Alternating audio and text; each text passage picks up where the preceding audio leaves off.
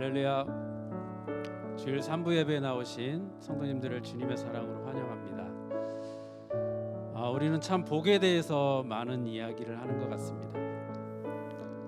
우리에게 과연 복은 무엇일까요? 우리에게 복은 하나님의 음성에 귀 기울이는 것, 그리고 하나님과 동행하는 것, 그리고 하나님 말씀에 순종하는 것이 아닐까 하는 생각을 해봤습니다.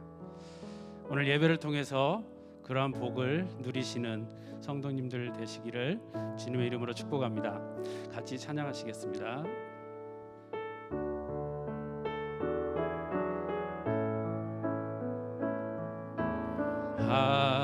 하나님의 음성을 듣고자 기도하며 귀를 기울이고 나의 기도를 들어주신다네. 깊은 웅덩이와 수렁에서 끌어주시고 나의 발을 반석 위에 세우시사 나를 튼튼히 하셨네. 새 노래로 부르자 랄라라. 하나님께 올릴 찬송을 새 노래로 부르자. 하나님 사랑을 주를 의지하고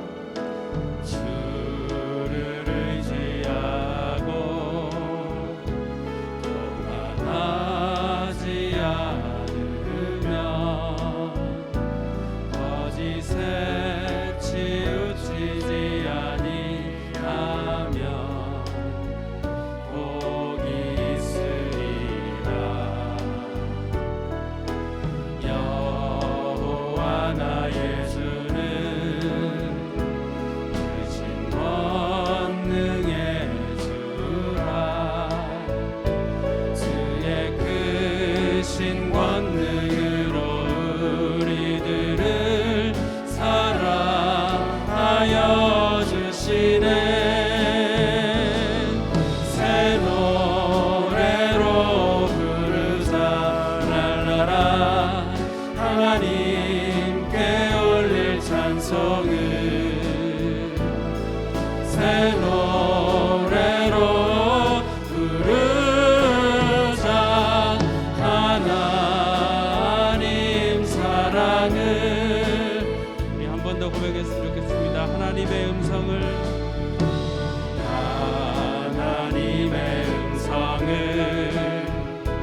듣고자 기도하며 귀를 기울이고 나의 기도를 들어주신다네. 깊은 웅덩이와 수렁에서 끌어주시고 나의 발을 반석 위에 세우시사 나를 튼튼히 하셨네.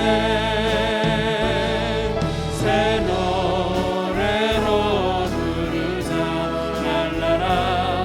하나님께 올릴 찬송을 새 노래로 부르자. 하나님 사랑을 새 노래로 부르자.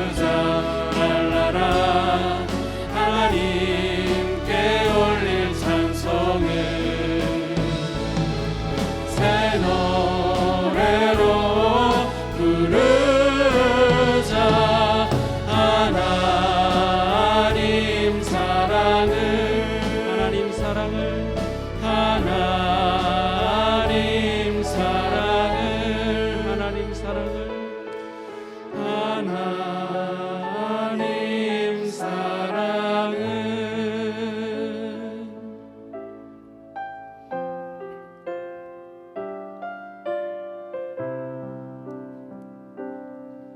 주님 말씀하시면 내가 나가리다. 주님 뜻이 아니면 내가 멈춰서리다. 나의 가고 서는 것 주님 뜻에 있으니 오 주님 나를 이끄소서. 주님 말씀하시면 내가 나가리다. 주님 뜻이 아니면 내가 멈춰서리다.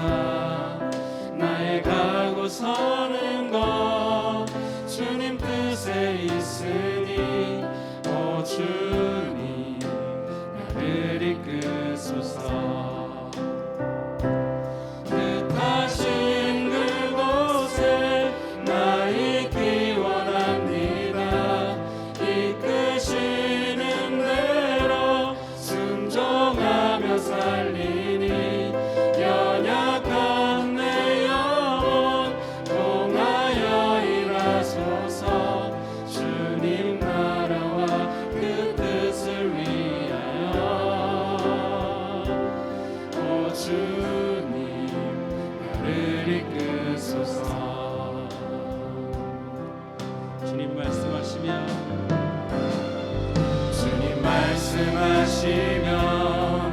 내가 나가리다. 주님 뜻이 아니면 내가 멈춰서리다. 나의 가고 서는 것 주님 뜻에 있으니 오 주님 나를 이끄소서. 뜻하신 그곳에 나 있기 원합니다.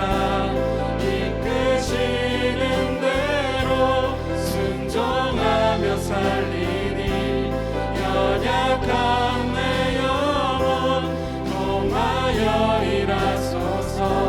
주님 나라와 그 뜻을 위하여 뜻하신 그곳에 나 있기 원합니다. 이끄시는 대로 순종하며 살리니 연약한 내 영혼 통하여 일하소서.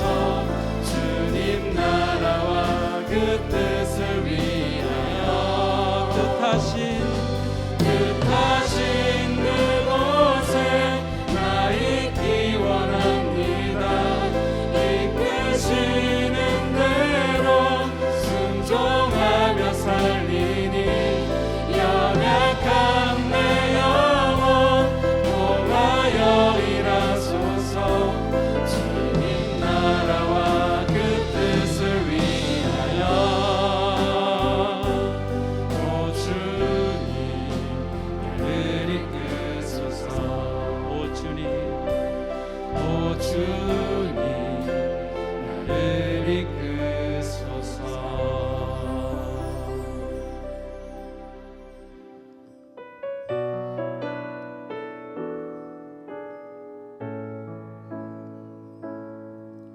날이 저물어 갈 때 빈들에서 걸을 때 그때가 하나님의 때.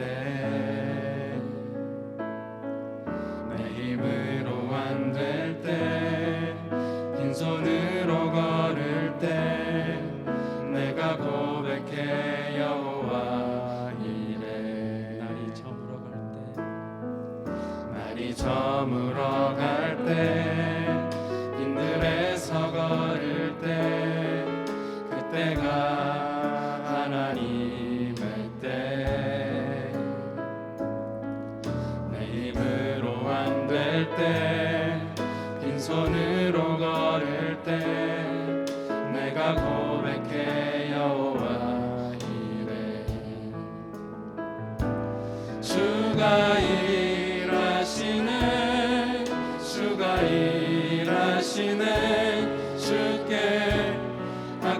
아끼지 않는 자에게 주가 일하시네. 주가 일하시네. 신뢰하며 걷는 자에게. 우리 모인 이곳에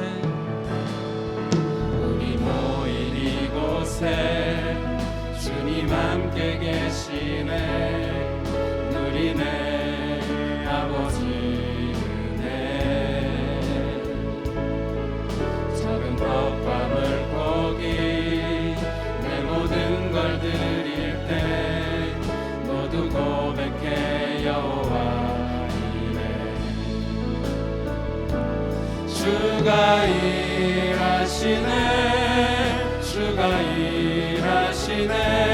주께 아끼지 않는 자에게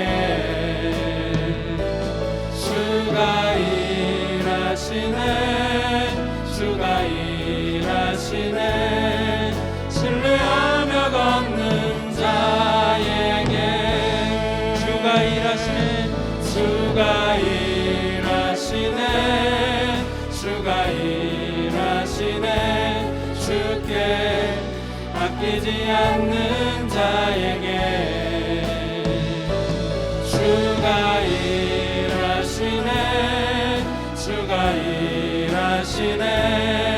신뢰하며 걷는 자에게 주가 일하시네. 주가 일하시네. 주가 일하시네. 주께 아끼지 않는 자에게 주가 일하시네. 주가 일하시네. 신뢰하며 걷는 자에게 신뢰하며 걷는 자에게 신뢰하며 걷는 자에게 신뢰하며 걷는 나에게 신뢰하며 걷는 나에게.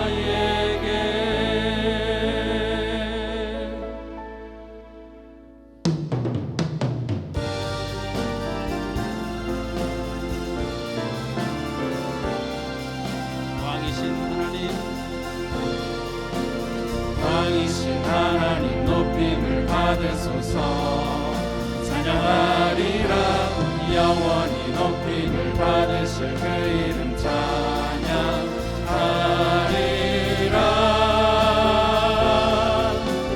그리스도 진리로 다스리네. 기뻐하라. 온 땅이여 찬양하라.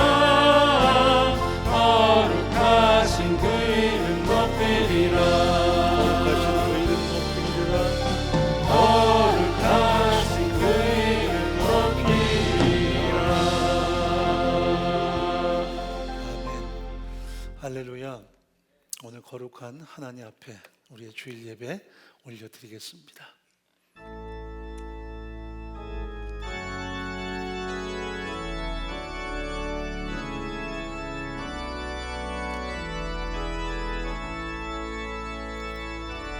고개 들어 주를 맞이해 엎드려 경배하며 찬양.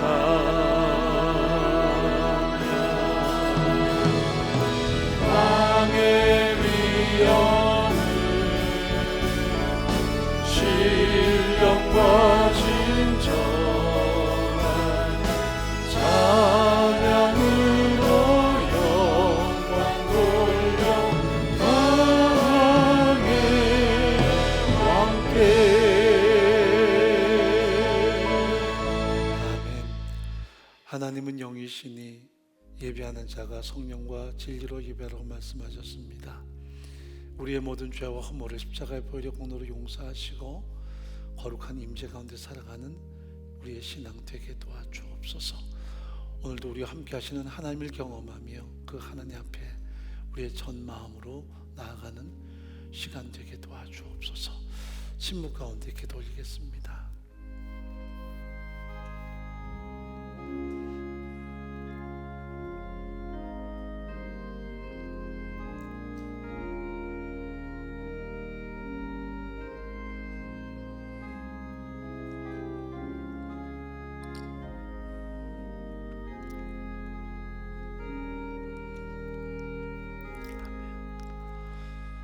사도신경으로 신앙 고백합니다. 전능하사 천지를 만드신 하나님 아버지를 내가 믿사오며 그 외아들 우리 주 예수 그리스도를 믿사오니 이는 성령으로 잉태하사 동정녀 마리아에게 나시고 본디오 빌라도에게 고난을 받으사 십자가에 못 박혀 죽으시고 장사한 지 사흘 만에 죽은 자 가운데서 다시 살아나시며 하늘에 오르사 전능하신 하나님 우편에 앉아 계시다가 저리로서 산자와 죽은 자를 심판으로 오시리라. 성령을 믿사오며 거룩한 공회와 성도가 서로 교통하는 것과 죄를 사하여 주시는 것과 몸이 다시 사는 것과 영원히 사는 것을 믿사옵나이다. 아멘. 28장 찬양 하나님 올려드리겠습니다.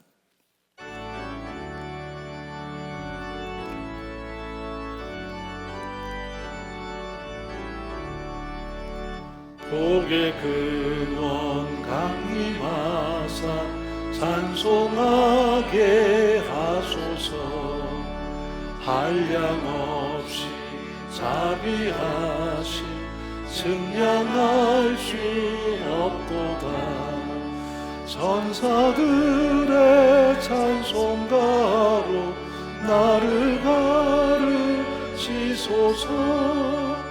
구속하신 그 사랑을 항상 찬송합니다.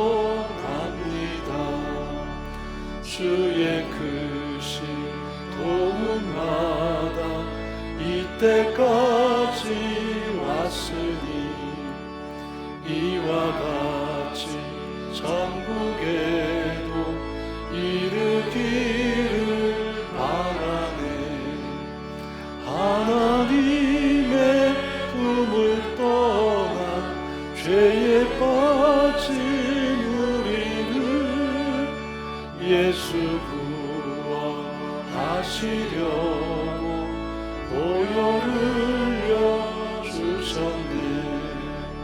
주의 귀한 은혜 받고 일생 빚진 자 되네. 주의 은혜 사슬 되사 나를 주께 매소서.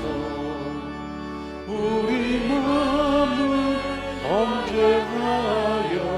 범죄하기 쉬우니 하나님이 받으시고 천국 이르시소서.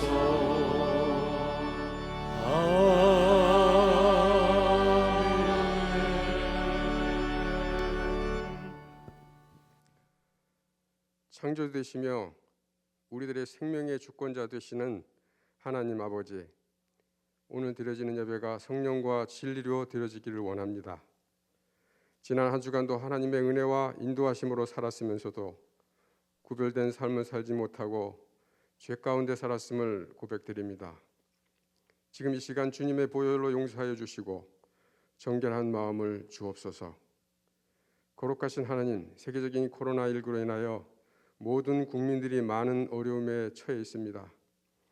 우리들의 모든 삶과 생명이 오직 하나님의 주권에 있음을 고백합니다. 전 국민들에게 진행되어지고 있는 코로나 백신 접종이 차질 없이 진행되고 모든 국민들이 건강에 어려움이 없도록 인도해 주옵소서. 국가적 어려움 속에서도 위정자들과 국민들이 하나님을 경외하는 민족이 되게 하여 주옵소서. 당면한 국가적 많은 혈안들도 잘 극복하게 하시고 우리의 판단이 아닌 온전히 하나님께 맡기는 지혜를 주옵소서. 열악한 환경에서도 솔선하여 책임과 의무를 다하고 있는 의료진과 관계자들의 삶을 위로하여 주시고 이러한 소중한 성김들이 모여 국민의 건강과 생명을 지키고 당면한 위기를 극복하는 데 많은 도움이 될 수 있도록 인도하여 주옵소서. 학업과 미래에 대한 걱정으로 어려움에 있는 우리 다음 세대들이 믿음의 선진들이 신앙을 지켜낸 것처럼 하나님의 계획을 신뢰하며 담대한 마음으로 미래의 소망을 품을 수 있는 힘과 용기를 주옵소서. 또한 다음 세대를 말씀으로 인도하기 위하여 헌신하는 교사들에게도 늘 하나님의 위로와 지혜를 허락하여 주옵소서. 하나님, 공동체에 간절한 기도가 있습니다. 여러 가지 건강의 어려움으로 고통 가운데 있는 지체들을 위로하여 주시고 속히 회복시켜 주옵소서. 물질과 또한 많은 관계의 어려움으로 고통받는 모든 성도들에게도 이 시간 하나님의 위로와 회복을 경험하는 예배되게 하옵소서. 말씀을 전하실 존귀하신 목사님과 가정을 지켜주시옵소서. 많은 사역과 일정 중에서도 영유의 강건함으로 지켜주옵소서.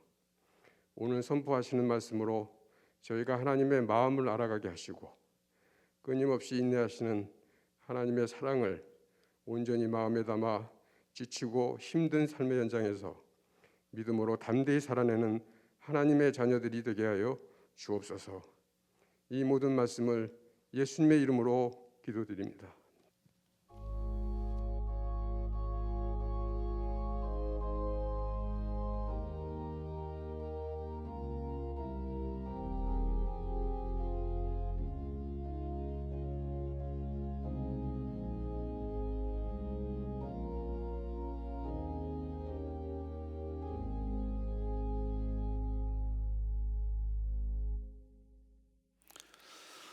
몇 가지 광고 말씀 올려드리도록 하겠습니다. 먼저 새 가족을 수료하시는 18분을 소개해드리죠. 최형주님, 황서영님, 이정숙님, 이정희님, 백승주님, 강구현님, 이보람님, 강우림님, 진광정님, 구소리님 이상 10분은 본교회고요. 김영식님, 김효진님, 김종률님, 정은혜님, 이종일님, 홍신화님, 김영수님, 허다원님 이상 8분은 은혜교회 성도입니다. 따뜻한 박수로 맞이하도록 하죠. 은혜 공동체는 철저한 방역 지침 준수하에 주일 현장 예배와 온라인 예배를 병행해서 드리고 있습니다. 아마 오늘 거리 제한에 대한 발표가 있을 예정인데요. 아마도 다음 주부터는 조금 더 느슨한 거리두기가 진행되지 않을까 하는 생각을 해봅니다.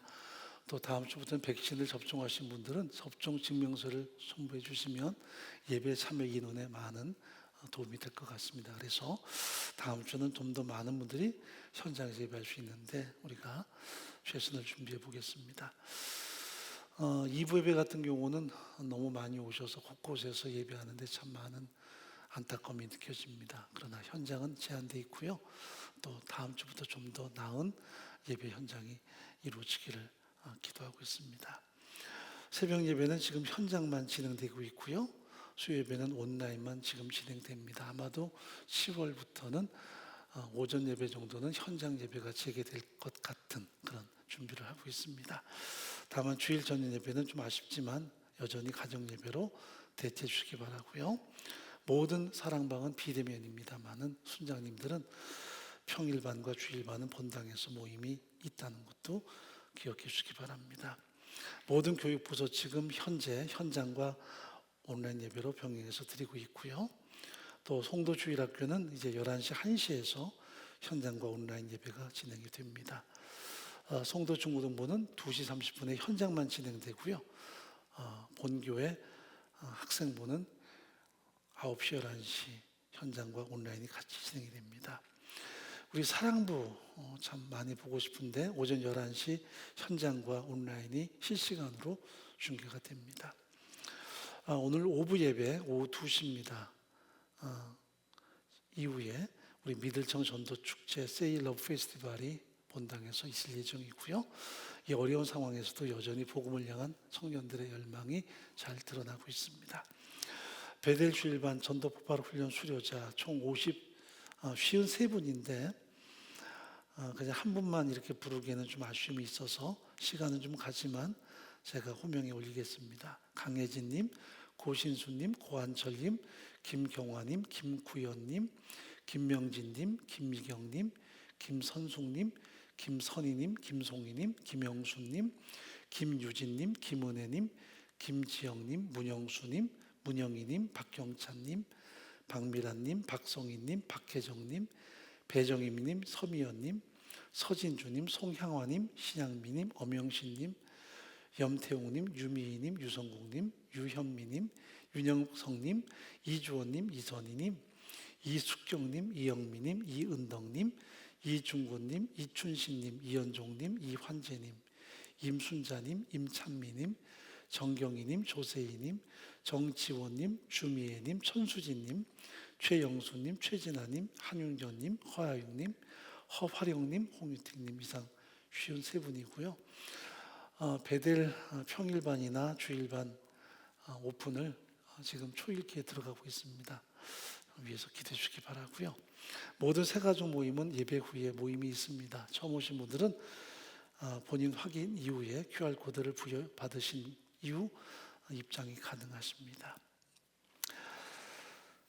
우리 어르신들이 이제 백신 접종을 많이 하셔서 2번 접종을 받으신 분들이 좀 많아지고 계세요. 그래서 7월 5일부터 약속한 대로 제주도 여행을 할 겁니다. 그러나 너무 많으셔서 1진, 2진으로 나누겠습니다. 그래서 1진만 7월 5일에 여행을 먼저 떠나시고요.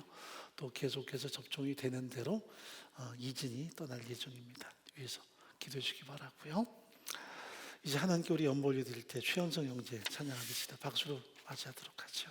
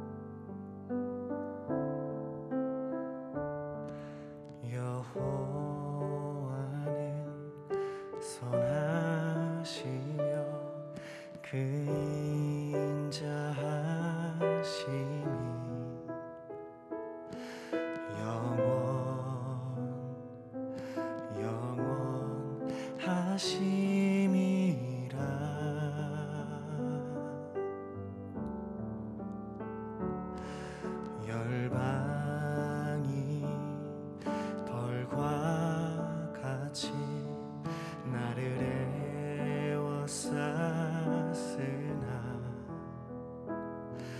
여호와의 이름이 저들을 끊으리라.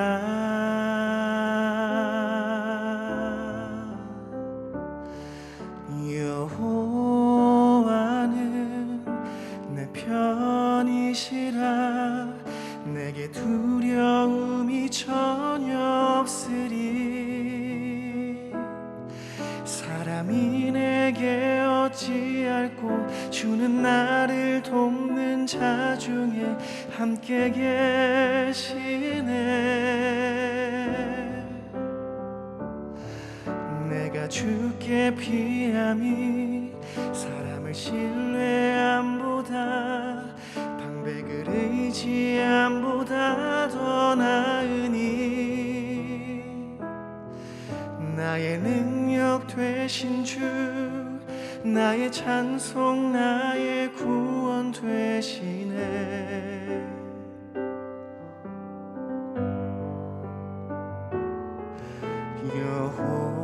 여호와는 선하시며 그 인자하심이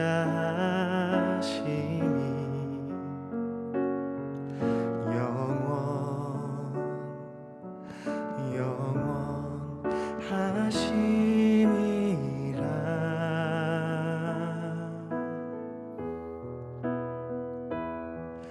열방이 벌과 같이 나를 에워쌌으나 여호와의 이름이 저들을 끊으리라.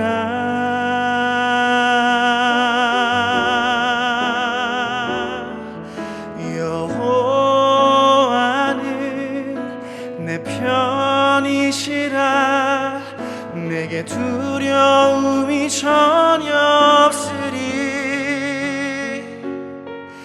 사람이 내게 어찌할꼬 주는 나를 돕는 자 중에 함께 계시네. 내가 주께 피함이 사람의 신뢰함보다 방백을 의지함보다 더 나으니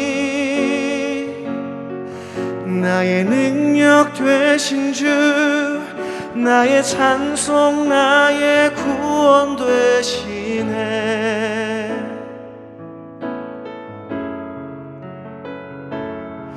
나의 능력 되신 주 나의 찬송 나의 구원 되시네.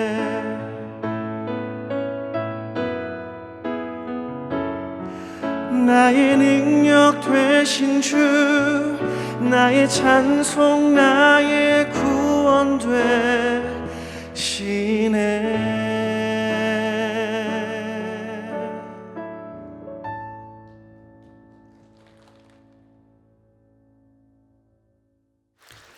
예, 수고했습니다. 한번 옆에 분은 인사 좀 해볼까요? 주님의 사랑으로 사랑합니다.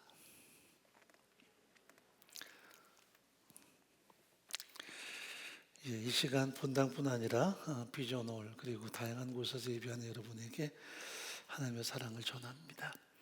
하나님 말씀 예레미야 17장에서 보도록 하죠. 5절 말씀부터 8절까지 교독합니다. 나 여호와가 이같이 말하노라. 무릇 사람을 믿으며 혈육으로 그 권력을 삼고 마음이 여호와에게서 떠난 그 사람은 저주를 받을 것이라. 좋은 일에 오는 것을 보지 못하고 광야 간주한 곳 건건한 땅 사람이 거하지 않는 땅에 거하리라.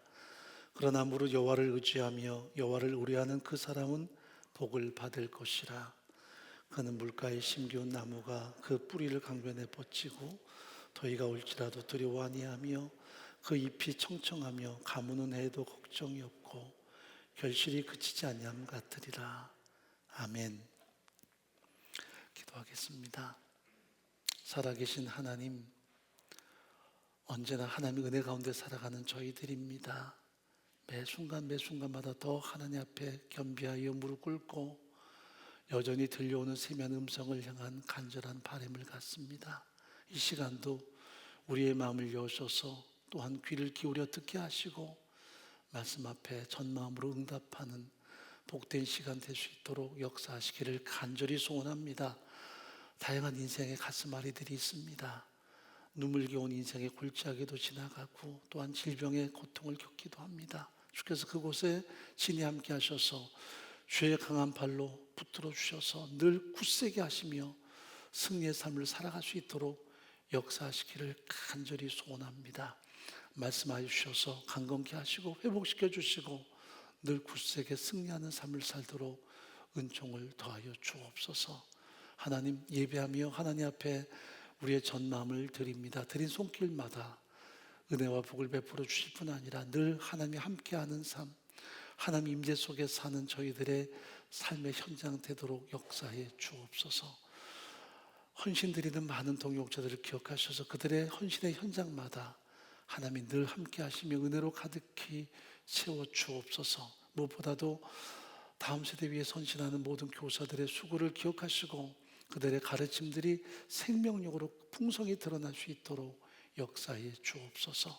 하나님, 우리 가정과 직장과 사업과 또한 모든 삶의 현장마다 우리 다음 세대까지도 하나님의 임재가 가득한 삶, 하나님의 도우심이 늘 풍성한 삶을 경험할 수 있도록 인도해 주옵소서. 하나님, 마음을 여셔서 귀를 기울여 듣게 하시고 이 말씀 앞에 우리가 전적으로 아멘하여 순복하는 이 시간 되게 도와주옵소서.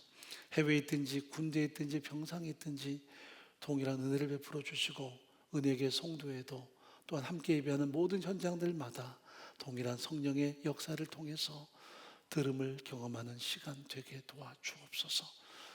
부족한 종의 말씀을 전가할 때 성령이 친히 역사하시고 하나님의 말씀만 드러나는 시간 되게 도와주옵소서. 예수님의 이름으로 간절히 기도옵나이다. 아멘. 우리가 복을 말할 때 마음속에 은근히 남는 하나의 이미지가 있습니다. 그것이 뭐냐면 부요함, 형통함, 이런 것들이 항상 우리 마음속에 남아 있습니다. 그래서 복 그러면 그런 생각들이 떠오르기 마련이고요. 또 그런 염원들이 은근히 우리 속에 존재하는 것도 사실입니다. 물론 나쁜 건 아니죠. 그러나 성경적이진 않습니다. 성경이 복을 말할 때는 언제나 하나님 자신, 그리고 하나님과 연관된 우리의 삶에 대해서 말씀하지 어떤 환경 조건만을 말하지는 않는다는 것을 우리가 마음에 담을 필요가 있습니다. 그러므로 복할 때는 이 두 가지 단어가 성경에 사용이 됩니다. 하나는 바라크라는 단어인데 이 단어는 환경과 조건을 이야기도 해요. 그런데 대부분 하나님의 사람들에게, 믿음의 사람들에게 복이란 말할 때는 아사르라는 말을 많이 씁니다. 이 말은 함께 한다, 함께 걷는다라는 의미가 있습니다. 이걸 복이라고 이야기해요. 우리는 복 이렇게 번역했지만 사실은 함께 한다, 함께 걷는다. 누구와 함께 하는가, 누구와 함께 걷는가라는 것이 우리가 흔히 아는 복의 개념입니다. 그러므로 히브리 사람들은 우리처럼 복하고 이해하는 게 아니라 아사르라 그러면 하나님과 함께 한다, 하나님과 함께 걷는다라고 인식을 해요. 이것이 괄호 열고 복이 있는 삶이다, 이렇게 정의를 낼 수 있는 거겠죠. 그래서 우리가 시편에 보면 복 있는 사람은 이렇게 시작이 되는데 해석상 조금 왜곡된 것입니다. 아사르, 하나님과 함께하는 사람은 괄호 열고 복 있는 사람은, 이렇게 번역하는 게 맞는데 우리는 그저 복이라는 낱말로 번역을 해버렸습니다. 거기서 말씀하는 하나님과 함께하는 사람은, 하나님과 일평생을 동행하는 사람은 악인의 길을 쫓지 아니하며 죄인의 길에 서지 아니하며 오만한 자의 자리에 앉지 않는다라는 말씀들이 등장하는데, 이렇게 하나님과 함께 걷는 사람들은 거부하는 게 세 가지가 있습니다. 악인의 꾀, 오만한 자의 자리, 죄인의 길, 이런 것들이죠. 즉, 이 악인, 죄인, 오만한 자가 어떤 세상으로 범죄하고 세상에서 목에 힘주는 자들만이 아니에요. 여기서는 아주 간발의 차이입니다. 하나님과 함께 걷다가 이것을 거부하는 사람들을 다 악인의 꾀, 죄인의 길, 오만한 자의 자리라고 이야기합니다. 특히 이 오만하다는 말은 멸시한다는 뜻이거든요. 예를 들어서 늘 하나님과 동행하는 삶을 살다가 이제는 환경이 좀 부유해졌습니다. 같이 믿던 신앙의 동지들은 여전히 하나님 앞에 무릎 꿇고 기도하는데 여전히 기도해. 이게 오만한 거예요. 일순간 오만해집니다. 교회 안에는 여전히 하나님 아니면 안 되는 사람들이 많다는 것은 그 자체가 복이지 어떤 환경에 더해지는 것이 복은 아니에요. 제가 참 좋아했던 복음성가가 바로 내 주님 없이 난 못 살아, 나 주님 없이 난 돼, 닷없는 배처럼 흔들려, 주님 없이 난 못 살아. 근데 이제 주님 없어도 될 것 같다. 그게 오만함입니다. 그건 순간이에요. 환경이 부해졌다고요? 좀 여유가 있다고요? 내가 건강해졌다고요? 그래서 예전만큼 하나님 없으면 안 돼 하는, 그래서 매 순간 하나님 저와 함께 해주십시오, 저는 하나님 아니면 안 돼 했던 거기서 조금만 어긋나면 그 사람은 악인, 죄인, 오만한 자의 자리에 앉는 거예요. 흔히 말하는 막 범죄하고 윤리 도덕으로 문제가 많은 세상 사람을 지칭하는 말이 아니라 우리 중에 있는 낱말이거든요. 결국 그의 행동 거지 그의 태도에 있다는 것을 성경은 말합니다. 그렇습니다. 복과 저주는요, 어떤 궁극적인 결과만이 아니라 지금 우리의 태도, 우리의 행동에 고스란히 담겨 있다는 것을 말해요. 양이 목자의 음성을 듣습니다. 풀을 뜯으면서 목자의 음성을 들으면서 살펴요. 복 있는 거죠. 왜? 목자와 함께하는 삶을 사는 거예요. 혼자 있는 것처럼 보이지만 항상 목자를 통해서 삶의 모든 생명력을 공급받습니다. 그런데 멀리 달려가요. 좋은 풀을 뜯고 좋은 풍요로운 벌판에 있는데 음성이 안 들리면 이미 죽은 목숨이에요. 왜냐하면 어느 누구도 보호할 수가 없어요. 그건 눈에 보기에는 풍요로운데 이미 재앙이 시작이 됐어요. 저주가 시작이 됐어요. 뭐 갑자기 낭떠러지 끝에 머무르게 되고 늑대가 달려오고 그것만은 아니에요. 이미 안 들려오기 시작하면, 그래서 더 이상 하나님과 함께하는 그 삶이 굴절되고 왜곡되면 그 삶 자체가 우리에게는 재앙인 거예요. 이게 크리스천이에요. 자, 오늘 5절 말씀 읽어보겠습니다. 나 여호와가 이같이 말하노라. 무릇 사람을 믿으며 혈육으로 그 권력을 삼고 마음이 여호와께서 떠난 그 사람은 저주를 받을 것이라. 히브리 원문에 보면 저주를 받았다는 과거 완료형입니다. 하나님께로부터 마음이 떠나면 이미 저주가 임하는 거예요. 우린 저주 그러면 막 뭔가 나쁜 일들이 쏟아지고 어떤 거렁뱅이가 되고 이걸 저주로 알지만 아니요. 그 마음이 하나님께로부터 떠나면 이미 저주가 시작이 돼요. 그러니까 히브리 개념의 이 복과 저주는요, 아주 간극이 좁아요. 하나님께 향하면 그 자체가 하나님과 함께하는 삶일 거고요, 이퀄 복이에요. 그러나 그 방향을 돌이키면 그 자체가 하나님과 동행하지 않는 삶이 되고요, 그것은 저주요 재앙이에요.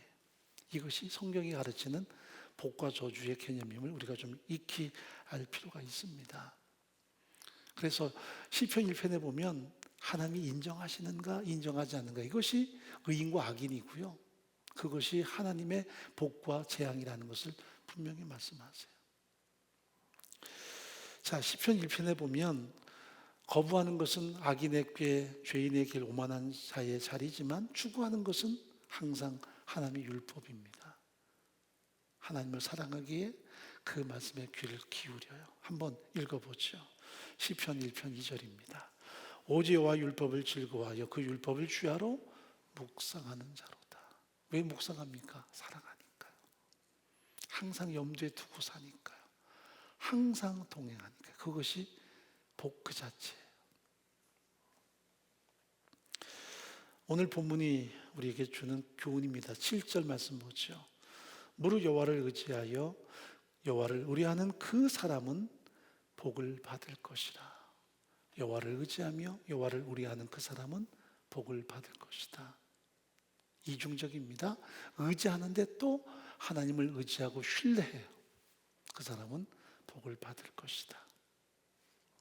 하나님 아니면 안 되는 사람이 왜 복되다고 말씀할까? 이유는 하나입니다. 늘 하나님과 동행하니까요. 하나님과 함께 하니까요. 그러므로 성경은 진정한 복은 환경에 있지 않고 소유에 있지 않고 누구와 함께 하는가, 어디에 함께 하는가가 가장 중요하다는 것을 우리 앞에 드러냅니다. 하나님과 함께 하는 삶, 하나님에 의해서 사는 삶, 하나님의 음성을 듣고 사는 그 삶을 성경은 복이 있다라고 이렇게 번역을 하는 거겠죠. 이스라엘 민족이 광야를 40년 걸었던 적이 있었습니다. 그 환경이 얼마나 척박합니까? 매일 가도 똑같은 광야, 정말 물이 없고 메마른 땅이었습니다. 그런데도 그 광야를 이스라엘 민족이 볼 때는 막 절망스러운 땅이고 그 광야가 너무 싫지요. 그런데 성경은 그 광야를 가리켜서 하나님의 축복의 현장이라고 이야기합니다. 왜냐하면 현실은 막막했지만 하나님이 늘 함께 하셨기 때문입니다. 눈으로 보는 것과는 달라요. 우리 눈으로 보기에 야 좋다, 그게 진정 좋은 땅이 아니고요, 눈에 보기에 척박하다, 그게 정말 척박한 땅만은 아닙니다. 가장 소중한 것은 하나님과 함께하는 삶이었는가 하는 것이 가장 중요한 핵심적인 신앙의 원리가 되는 거죠. 그래서 광야는 분명 척박한 땅이지만 이스라엘 역사 가운데 가장 축복된 장이었습니다. 왜? 언제나 하나님이 임재해 계셨고 언제나 하나님이 그들과 동행하셨기 때문입니다. 자, 신명기 1장 30절 한번 읽어보죠. 너희 앞서 행하시는 너희 하나님 여호와께서 애굽에서 너희를 위하여 너희 목전에서 모든 일을 행하신 것 같이 이제도 너희를 위하여 싸우실 것이며 광야에서도 너희가 당하였거니와 사람이 자기 아들을 아음같이 너희 하나님 여호와께서 너희를 행로 중에 너희를 아느사 이곳까지 이르게 하셨느니라. 신명기 1장은 그 척박한 광야를 걸어왔던 이스라엘 민족의 삶에 대해서 설명하는데 하나님이 안고 오신 광야라고 설명합니다. 함께 걸으실 뿐 아니라 그들을 늘 안고 오셨어요. 근데 그들은 하나님의 품에 안긴 채로 하나님의 품을 느끼는 게 아니라 눈으로 보이는 척박한 땅만 바라보면서 내가 이 땅을 싫어하노라 경멸해요. 그게 그들에게는 재앙이었어요. 그러면 가나안 땅 들어가서 눈에 보기에 그 좋은 아름다운 땅이 그들에게 정말 복락이었을까요? 자기 힘으로 살고 자기 능력으로 살아요. 내가 열심히 해서 많은 것을 수확하고 더 많이 수확하기 위해서 이제는 우상 앞에도 무릎 꿇고 타협하고 거래할 때 그 땅은 재앙의 땅이 돼버리고 말아요. 눈에 보기에는 아름답고 좋았는데 결국은 하나님과 함께하지 않을 때는 그 삶 자체가 황폐해져 버리고 말았어요. 이걸 가슴속에 담고 사는 사람이 신앙인이에요. 미신을 믿는 사람들은 뭐든 좋게 해주시기를 염원하고 그 좋아지면 다 그게 옳은 거예요. 그러나 하나님의 사람들은 힘들던 좋아지든 간에 내가 늘 하나님과 동행하는가에 귀를 기울이고 매 순간마다 거기에 신앙의 포커스를 맞춰요. 우리가 교회 안에서 신앙생활도 그렇게 하는 거예요. 간혹 누군가 옆에서 이렇게 신앙생활 잘하면서 부유해지고 뭔가 형통해지면 거기에 박수를 보내죠. 뭐 나쁘진 않아요. 그런데 문제는 여전히 그 사람이 하나님 아니면 안 되는가, 기도 아니면 안 되는가, 여전히 철저하게 겸비하여 하나님 앞에 무릎 꿇는가, 이게 없으면 그다지 좋은 건 아니에요. 거기에 너무 마음을 끌리지 마세요. 근데 한편으로 보면 저 사람은 왜 저렇게 궁상을 떨까? 언제나 하나님 앞에 무릎 꿇고 매 순간마다 삶이 나아져 보이는 것 같지가 않아요. 언제나 하나님께 도와달라 그러고 왜 저러고 살까? 그러나 그 삶의 이면을 보면 하나님이 함께하는 삶, 하나님이 아니면 안 되는 삶이라면 그 삶은 정말 존귀한 삶인 거예요. 우리가 눈으로 판단하면 안 돼요. 은혜의 교회가 이렇게 걸어왔을 때 천막 때부터 여기까지 정말 많은 하나님의 역사가 있었죠. 그래서 교회가 성장하면서 많은 분들이 환경이 좀 더 나아지고 그래서 여러 가지 다양한 물리적인 것들이 좋아지는 것, 이것이 부흥이냐? 물론 부흥이죠. 그렇지만 정말 중요한 것은 순간순간마다 하나님 아니면 안 돼서 끊임없이 눈물로 호소하고 하나님께 도와주세요 하는 그들이 결국은 교회의 가장 소중한 자산인 거예요. 그들의 눈물인 거예요. 어떤 분은 교회를 구성하는 것이 누군가의 물질과 누군가의 헌신이 아니냐. 물론 그것도 일부분 있지만 정말 소중한 것은 하나님 아니면 안 되는 그들의 눈물 때문이었어요. 이곳에 가득 차 있는 그 눈물이었어요. 어떨 때는 병들어서 여기 와서 기도해요. 하나님 살려주세요. 그게 결국은 우리의 생명력이었어요. 누군가는 실패해서 하나님께 와서 무릎 꿇어요. 하나님 도와주세요. 그게 공동체의 힘이 되었던 거예요. 우리는 IMF 때 정말 많이 울었어요. 교회도 막 엄청난 빚을 져서 교회 존재 가치가 그야말로 하루아침에 날아갈 수 있는 상황이었어요. 그런데도 그때 흘렸던 눈물이 우리 교회의 원동력이었고요. 그때 뭐 집도 재산도 사업도 다 날아간 사람들이 모여서 자기 인생살이 너무나 힘들어서 눈물로 흘렸던 그 시간들이 결국은 값진 자양분이 됐던 거예요. 그런데 지금 모든 게 부유해졌다고요? 아니요. 그렇다면 우리는 눈으로 보기에는 부유해도 신앙적으로는 안타까운 현실이 되는 거예요. 여전히 하나님 아니면 안 되는 삶, 하나님에 의해서 사는 삶. 오늘도 누군가 암이 발병해서 수술날짜 잡고 저한테 기도받으러 오셨어요. 기도하면서 제가 속으로 생각하기를 이런 분들의 가슴앓이가 우리로 하여금 그나마 성결케 만드는 능력이구나. 우리가 허탄한 마음을 뺏기지 않고 진짜 하나님 아니면 안 되는 그 신앙의 본질에 귀를 기울이는 그런 정말 솔직하고 진실한 시간들이 우리에게 있단 말이죠. 여러분은 어디에 마음을 기울이나요? 세상의 부유함입니까? 누군가의 형통함입니까? 그래서 그 간증한다 하는 그 자랑입니까? 아니면 여전히 하나님 아니면 안 되는 정말 그 간절한 기도, 그 염원에 우리 마음을 두고 있습니까? 그러므로 복과 재앙은 환경이 아닙니다. 우리의 신앙적인 자세 있고 신앙적인 선언이 있기도 한 것입니다. 자, 예레미야 17장 23절 말씀 읽어보죠. 그들은 청종치 아니하며 귀를 기울이지 아니하며 그 목을 곧게 하여 듣지 아니하며 교훈을 받지 아니하였느니라. 예레미야가 그렇게 하나님의 말씀을 전달합니다. 환경이 아니다. 철저하게 하나님을 의지하자. 그런데 그들은 하나님께 귀를 기울이지 않아요. 그들이 완악해져서 철저하게 거부합니다. 우리에게 여전히 화려한 삶이 있고 여전히 환경은 부유하고 여전히 우리는 안전하다. 그 자체가 재앙이었거든요. 자, 예레미야 25장 3절 한번 읽어보십시다. 유다의 왕 아몬의 아들 요시아 23년부터 오늘까지 23년 동안에 여호와의 말씀이 내게 임하기로 내가 너에게 이르되 부지런히 일렀으나 너희가 듣지 아니하였으며 여호와께서 그 모든 종 선지자를 너에게 보내시되 부지런히 보내셨으나 너희가 듣지 아니하였으며 귀를 기울여 들으려고도 아니하였도다. 예레미야가 23년 동안을 하나님의 말씀을 대언하지만 그들이 안 들어요. 여호와께 돌아오라. 하나님을 의지해야 산다. 하나님과 함께해야 산다. 그게 복이다. 그런데 그들은 내가 부유하니까, 내가 세상에 힘이 있으니까 그래서 안 듣고 안 들리는 거예요. 23년 동안을 끊임없이 말씀을 전했지만 안 듣는 거예요. 그게 재앙이에요. 결국은 바벨론 포로되는 것은 시간 문제였지 다름이 아니었어요. 그러므로 신앙이란 뭘까? 수십 년 믿었다 하더라도 하나님에 의해 사는 법을 연습해야 돼요. 나는 하나님에 의해 산다 하는 것을 끊임없이 연습해야 돼요. 오늘 하루도 내가 산다는 것은 하나님에 산다는 것을 선언하고 그렇게 인정하고 그렇게 걷는 거예요. 내 홀로가 아닌 눈에 보이지 않지만 오늘도 하나님과 함께 삽니다.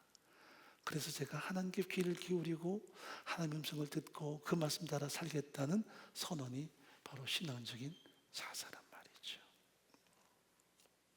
그래서 성경은 이 듣는다는 말을 왜 이렇게 자주 강조할까?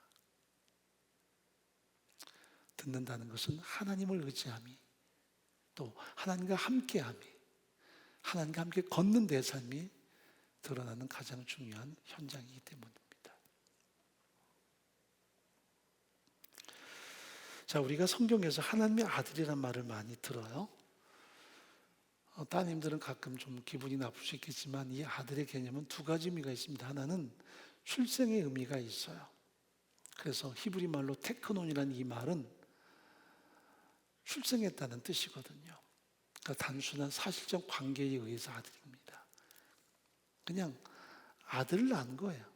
그런데 성경이 말하는 하나님의 아들 할 때는 이 테크논이라는 단어를 쓰지 않고요, 휘오스라는 단어를 씁니다. 이 말은 상속자란 뜻입니다. 그래서 따님들이 전혀 애석할 필요가 없어요. 왜? 하나님의 아들 할 때는 바꿔들어야 돼요. 아, 하나님의 상속자구나. 상속자예요. 우리는 하나님의 상속자들이에요. 그러므로 예수 믿는 그 순간 많은 사람들은 교회 다니면서 뭐 복 받기 위해서 이거저거 이루기 위해서 기도하고 염원하지만 예수를 믿는 순간 우리는 이미 하늘에 속한 모든 복을 다 받았어요. 그게 성경적이에요. 왜냐하면 나의 모든 죄를 용서받고 내가 예수의 십자가 죽으신 부활을 통해 하나님의 자녀 상속자가 됐으니까 이제 영원한 그 나라에 기업이 있으니까 이것이 이미 복받은 거죠. 이건 절대적인 것, 영원한 거예요. 근데 그런 사람들이 그저 동원하는 모든 기도, 동원하는 모든 예배가 어떤 물량적이거나 유한한 것을 더 막 추구하기 원한다면 사실은 뭔가 잘 맞지 않는 거죠. 그 말은 적어도 한 나라를 위협으로 받을 사람이 그저 한 사람의 재산을 바라보고 부러워하는 거나 똑같은 거죠. 상속자들은 적어도 세상 가치와 세상의 어떤 목적의 인생의 가치를 유린당하는 것이 아닌 영원한 것, 그리고 하나님의 나라에 우리의 가치관을 두고 사는 것을 성경은 상속자라는 이름 속에 포함시키는 위대한 약속이라고 말합니다. 그러므로 그들은 삶의 모습이 달라야 돼요. 서로 간에 대화할 때도 당신 교회 몇 년 다녔습니까? 나 50년. 대단하네요. 그러나 정말 하나님의 사람들은 우리가 여전히 하나님의 상속자임을 알고 하나님과 동행하는 삶을 사는가, 오늘도 들려오는 말씀으로 사는가를 끊임없이 점검해 보는 거예요. 그게 그 사람의 신앙의 됨됨이에요. 우리 사랑방 모임할 때 다양한 고백이 필요하지만, 그러나 제일 중요한 게 뭔 줄 아세요? 무슨 말씀을 들었나요? 무슨 말씀이 당신에게 임했던 하나님의 말씀인가요? 그게 가장 중요해요. 이거 없으면 그 사람은 정말 안타까운 사람인 거예요. 당신에게 들려온 말씀이 뭔가요? 라고 질문하는데 고작 세상 이야기, 자식들 잘 되는 이야기, 이런 얘기로 자꾸 거기 채우면 그건 틀린 건 아니지만, 그렇다고 그걸 우리가 외면하고 책 잡자는 게 아니지만 적어도 그 신앙의 수준은 아닌 거예요. 나는 하나님과 함께 걷습니다. 하나님에 의해 삽니다. 하나님을 통해 삽니다. 매 순간 그것이 우리의 신앙 수준이고요, 우리의 영성이에요. 그래서 이 사람들은 끊임없이 하나님의 말씀에 귀를 기울이죠.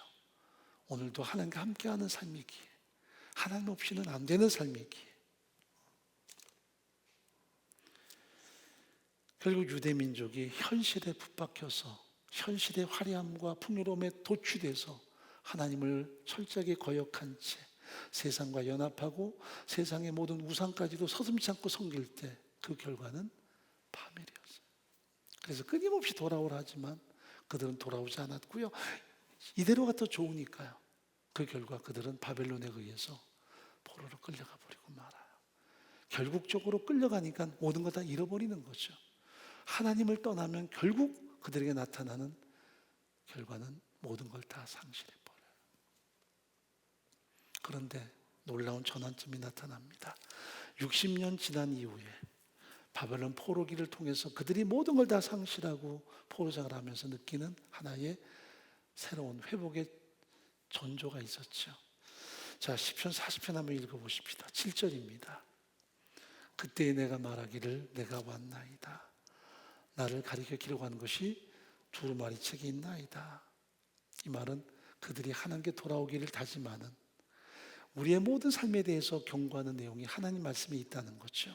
그래서 나의 하나님이여, 내가 주의 뜻 행하기를 즐기오니 주의 법이 나의 심중에 있나이다 하였나이다. 60년 지나서 비로소 깨닫습니다. 이렇게 사는 게 아니구나. 제가 참 좋아하는 알렉산더 소제니신의 이반 대주제 하루라고 하는 책이 있습니다. 성경 다음으로 많이 읽었고요. 어쩌면 성경보다 더 읽었을 거예요. 왜냐하면 책 부피가 작으니까요. 마음 먹으면 잠깐이면 읽어요. 거기 보면 이 주인공 슈오프라는 사람이 이 독일군에게 2차 대전 때 포로로 잡혀서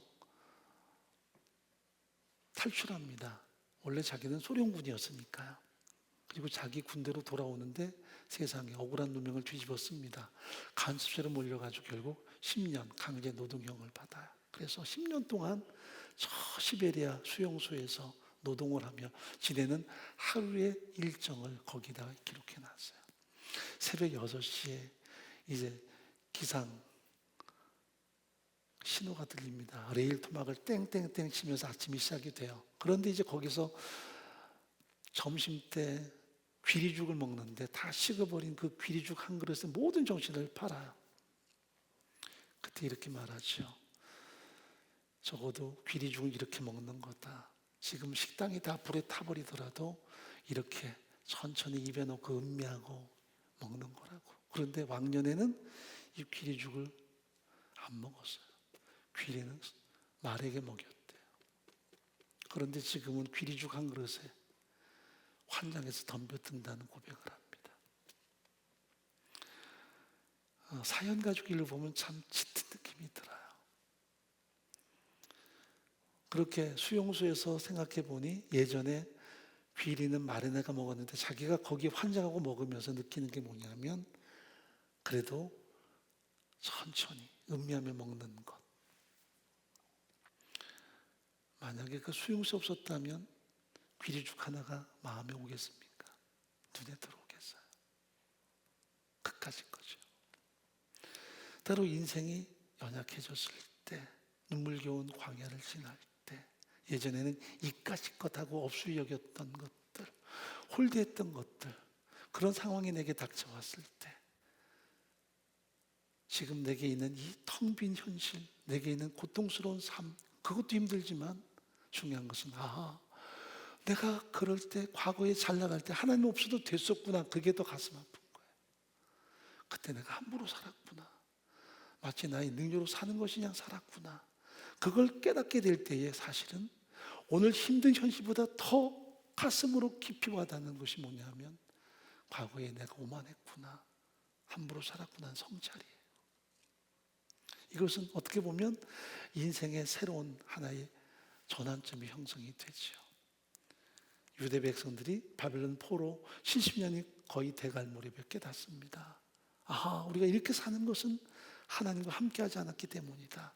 그 땅이 주는 풍요로움과 그 땅의 모든 아름다움에 도취돼서 철저하게 하나님을 도외시한 채 우상과 함께 타협했을 때 우리 삶을 몰랐겠다고. 더 중요한 것은 지금이라도 여호와께 돌아가자, 하나님과 함께하자라는 그들의 기쁜 성찰이었습니다. 그래서 그들은 바벨론 포로 때에 모든 걸 상실했지만 회복되는 놀라운 게 있었습니다. 그게 뭐냐면 예배였고 기도였고 말씀을 향한 철저한 돌이킴이었어요. 텅 비었지만 그들의 영성이 회복되기 시작했습니다. 그래서 여러 시편은 150편으로 구성되어 있어요. 그런데 그 150편 중에 3분의 2가량은 하나님의 사람 다윗의 고백을 담고 있습니다. 다윗 때에 불렀던 것뿐 아니라 다윗의 모든 고백들을 포로 때에 집대성에서 찬양시로 만든 거예요. 그리고 고라 자손, 아삽의 후손들이 다 찬양대 집단입니다. 이들이 다 모든 하나님께 대한 찬송시를 집대성에서 찬양을 만들어 부른 것이 시편이거든요. 그게 150편이에요. 그 중에 1편은 우리가 너무나 잘 아는 복 있는 사람은 이렇게 시작합니다. 근데 이것은 시편에 어떻게 보면 문을 여는 거예요. 하나님과 함께하는 사람은 그것이 과연 복 있는 사람이고, 죄인의 길을 거부하고 악인의 길을 거부하고 오만한 자의 자리를 거부하고 오직 여호와 율법을 즐거워하여 하나님을 사랑하게 그 율법을 주야로 묵상하는 그 삶이 진정 복된 삶이다. 이런 전환점이 모든 걸 상실한 바벨론 포로기에 일어났거든요. 여러분, 진정한 찬양은 언제 부르게 되나요?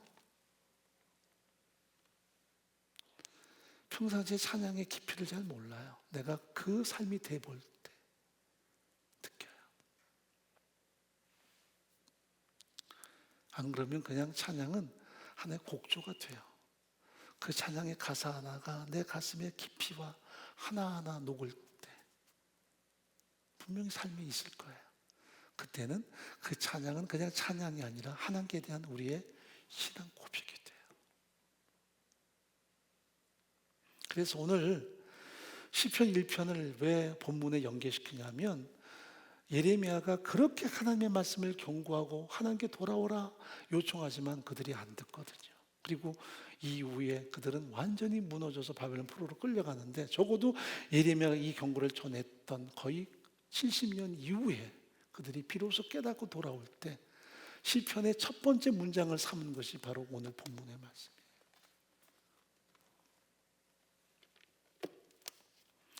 자, 한번 읽어보시죠.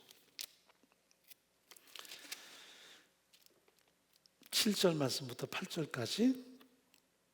그러나 여호와를 의지하며 여호와를 의뢰하는 그 사람은 복을 받을 것이라.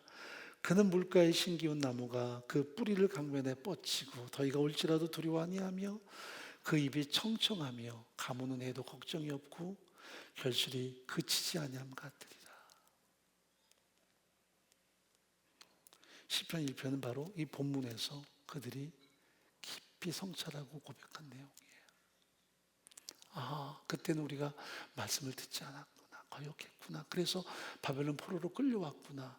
이제 우리가 정말 하나님께 돌아가자. 현실은 암담하고 모든 것을 상실했고 텅 비었더라도 우리는 지금 복이 있는 사람이 될 거다. 왜? 하나님과 함께하는 삶이기에. 우리가 과거에 가졌던 악인의 꾀를 더 이상 쫓지 않는다. 죄인의 길에 서지 않는다. 오만한 자의 자리에 앉지 않는다. 오직 하나님을 사랑하게 그 말씀을 따라 살겠다는 다짐의 다짐을 거듭합니다. 그것이 그들에게는 복이 되는 거죠. 그렇습니다. 은혜 아니면 아무것도 아니에요. 유명한 오스카 와일드가 도미네 논 섬 디그너스, 주님 저는 아무것도 아닙니다. 우리는 아무것도 아니에요. 은혜 아니면. 하나님이 늘 함께하지 않으면, 하나님의 은혜로 살지 않으면 나는 아무것도 아니에요. 그래서 돌아보면 그렇구나, 하나님이 나와 함께 있을 때가 가장 내게는 복됐구나, 내가 그 음성을 듣고 살 때가 가장 복됐구나, 여전히 내가 그 음성을 귀를 기울이고 듣고 있는지 하고 하나하나 자기의 현주소를 점검해 보는 것, 그것이 그 사람의 신앙이요 영성이라고 말할 수 있는 거예요. 지금 나는 어디에 있나요? 신앙생활하면서 과연 내가 경험한 하나님은 어떤 분이시며 그 하나님의 은혜는 내게 어떤 의미로 다가옵니까? 매 순간 하나님과 함께 우리 마음을 열어 귀를 기울여 음성을 듣고 여전히 함께 하시는 하나님과 동행하는 그 삶이 복되다는 것. 어떤 환경이 플러스 되기 때문에 복되다가 아니라 하나님이 나와 함께 하시면 복되다. 그것이 우리의 진정한 추구하는 갈망이라는 것을 다시 한번 확인하는 우리의 전 삶의 길을 간절히 바랍니다. 살아계신 하나님 아버지, 우리가 풍요로움을 구하고 복을 구하지만 실제로는 하나님 없이 살고자 하는 열망을 이루기 위함이 아니겠습니까? 자유를 얻고 부유한 삶을 살고, 그래서 하나님의 상속자로서 여전히 하나님 아니면 안 되고 하나님과 동행하는 삶이 우리의 모든 삶에 초점을 맞춤이 아니라 내 힘으로 살고 내 능력으로 살고 진정 나의 아름다움을 드러내고 싶은 욕망이 있다면 그것은 이미 재앙일 것입니다.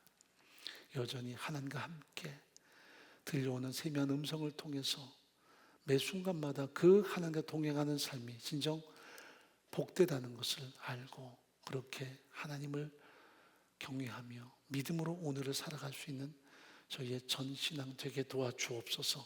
곤고한 날에도 여전히 하나님과 동행하는 삶, 풍요로운 때도 여전히 하나님께 귀를 기울이며 금성을 따라 사는 우리의 전신앙, 그러므로 진정한 복된 삶의 모습을 누릴 수 있도록 인도해 주옵소서. 예수님의 이름으로 기도합나이다. 아멘.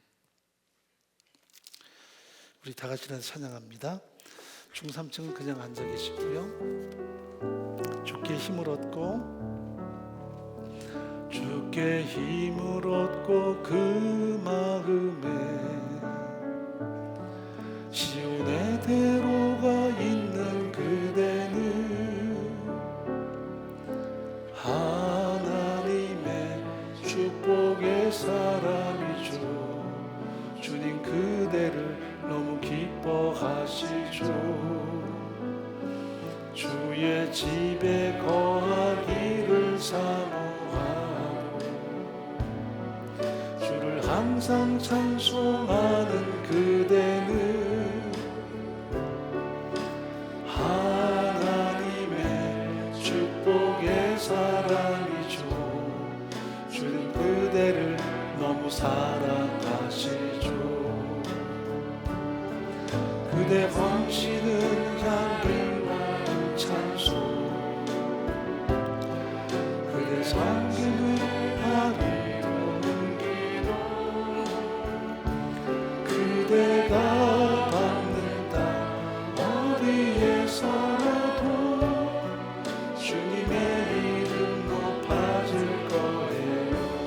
자기에게 당신은 사랑받기 위해 그리고 그 사랑 전하기 위해 주께서 택하시고 이 땅에 심으셨네. 또 하나의 열매를 알아. 다시 한번 당신은 사랑받기 위해 그리고 그 사랑 전하기 위해 주께서 택하시고 이 땅에 심으셨네. 또 하나의 열매를 바라시며 또 하나의 열매를 바라시며. 기도하겠습니다. 자신에게 한번 질문해 보십시오. 과연 나는 하나님과 함께 동행하는 삶을 살고 있는지. 지금도 우리가 마음을 열어서 하나님의 음성을 듣기 위해서 정말 갈망하는지. 그렇다면 아무리 현실이 광야 같아도 우리는 복된 사람입니다.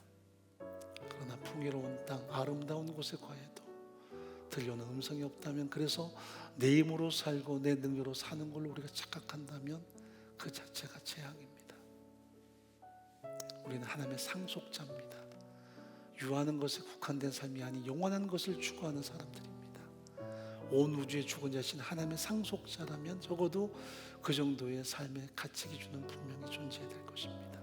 오늘도 여전히 하나님께 귀를 기울이고 하나님께 함께하고 하나님에 의해 사는 우리의 전 신앙 되게 하옵소서. 우리 신문 가운데 기도드리겠습니다.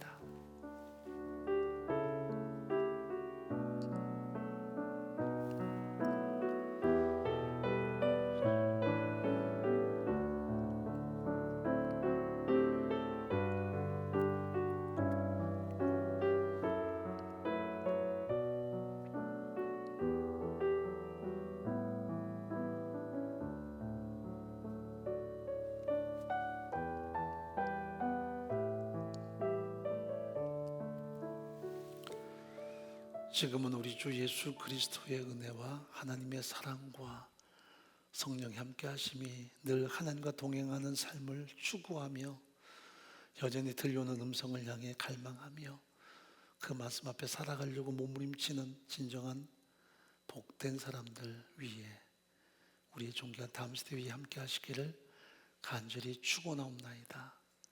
아멘.